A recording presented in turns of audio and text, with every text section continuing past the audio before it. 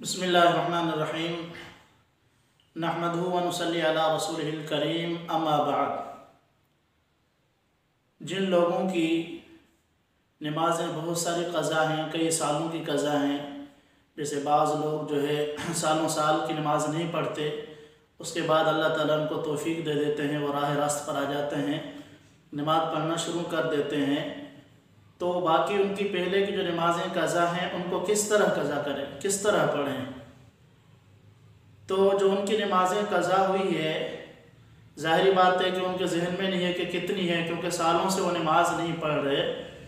तो उनके लिए तो ये तरीका है कि वो इस तरह से क़ज़ा करें कि मसलन फ़जर की नमाज़ क़ज़ा करना चाह रहे हैं तो ये नियत करें कि सबसे पहले जो फ़जर की नमाज़ मेरी क़ज़ा हुई है वो पढ़ रहा हूँ। ऐसे ही जब दूसरी नमाज जो है क़ज़ा कर रहा है, मसलन ज़ोहर की क़ज़ा कर रहा है, तो यूँ कहे कि भाई जो सबसे पहले मेरी नमाज छोटी थी, नमाज क़ज़ा हो गई थी ज़ोहर की, सबसे पहले ज़ोहर की क़ज़ा होने वाली नमाज पढ़ रहा हूँ। इस तरह से रोज़ाना जो है वो पढ़ता रहे। अगर पहली नमाज पढ़ रहा है तो उसकी पहले की नियत करे कि सबसे पहले जो क़ज़ा हुई थी, फिर जब पढ़ रहा है तो ये नियत करे कि उसके बाद जो दूसरे नंबर पर मेरी नमाज क़ज़ा हुई थी, मसलन फ़जर की एक दिन पढ़ी क़ज़ा, अब दूसरे दिन फिर फ़जर की क़ज़ा तक पढ़ना चाह रहा है, तो उसकी नियत ये करे कि जो मेरी दूसरे नंबर पर फ़जर की नमाज क़ज़ा हुई थी वो मैं पढ़ रहा हूँ।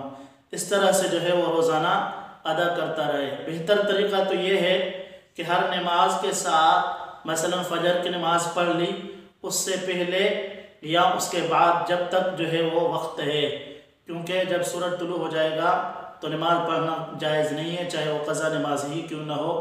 तो मसलन फ़जर की नमाज जो है पढ़ रहा है तो वो फ़जर में ही पढ़े, जितनी हो सके रोज़ाना एक नमाज फ़जर की क़ज़ा करे, 2 करे, 4 करे, 5 करे।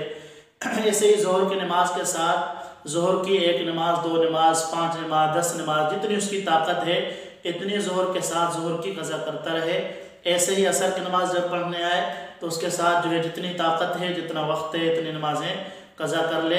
तो ये पढ़ता रहे जब तक उसको पूरा इत्मीनान हो जाए कि अब मेरी नमाज़ें जो क़ज़ा थी वो सारी मैंने पढ़ ली, फिर जाके ख़त्म करे। नहीं तो रोज़ाना नमाज जितनी हो सके क़ज़ा जो है वो क़ज़ा हुई थी उससे वो पढ़ता रहे।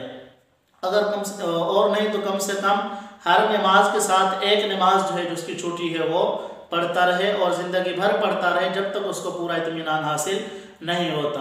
अब रही बात ये कि भाई नमाज़ क़ज़ा कौन कौन सी करनी है, क्या फ़राइज़ सिर्फ क़ज़ा करने हैं या उसके साथ जो सुन्नतें हैं वो भी, नवाफिल भी? तो नहीं भाई, सिर्फ जो फ़राइज़ हैं, मसलन फ़जर के 2 जो है फ़र्ज़ हैं, ज़ोहर के 4 फ़र्ज़ हैं, असर के 4 फ़र्ज़ हैं, मग़रिब के 3 फ़र्ज़ हैं, इशा के 4 फ़र्ज़ हैं, ये फ़राइज़ जो है पढ़ने हैं। और उसके साथ साथ वितर नमाज जो है जो इशा के अंदर पढ़ी जाती है वो भी जो है ज़रूरी है, उसको भी क़ज़ा करना, क़ज़ा में पढ़ना ज़रूरी है, ठीक है, क्योंकि वो भी वाजिब है।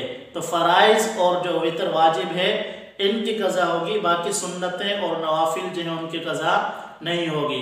फ़जर की नमाज की जो सुन्नत है उसकी क़ज़ा का हुक्म ये है कि वो लाजिम है। फ़जर की जो 2 सुन्नतें हैं उनको पढ़ना लाजिम है। अगर किसी आदमी ने फ़जर की 2 सुन्नतें जो होती है वो नहीं पढ़ी तो वो सूरज जो है जब निकल जाए उसके बाद उसको क़ज़ा कर ले, 2 सुन्नतों को पढ़ ले ज़वाल से पहले पहले। अगर ज़वाल से पहले पहले नहीं पढ़ी तो उसको बाद में जो है नहीं पढ़ सकता। और अगर जो है उसकी फ़जर की सुन्नतों के साथ साथ फ़र्ज़ भी निकल गए हैं तो उसका भी तरीका यही है कि ज़वाल से पहले पहले अगर फ़जर की नमाज की क़ज़ा करना चाहता है तो सुन्नतों की भी करेगा और 2 फ़र्ज़ जो है फ़जर के उनकी भी करेगा।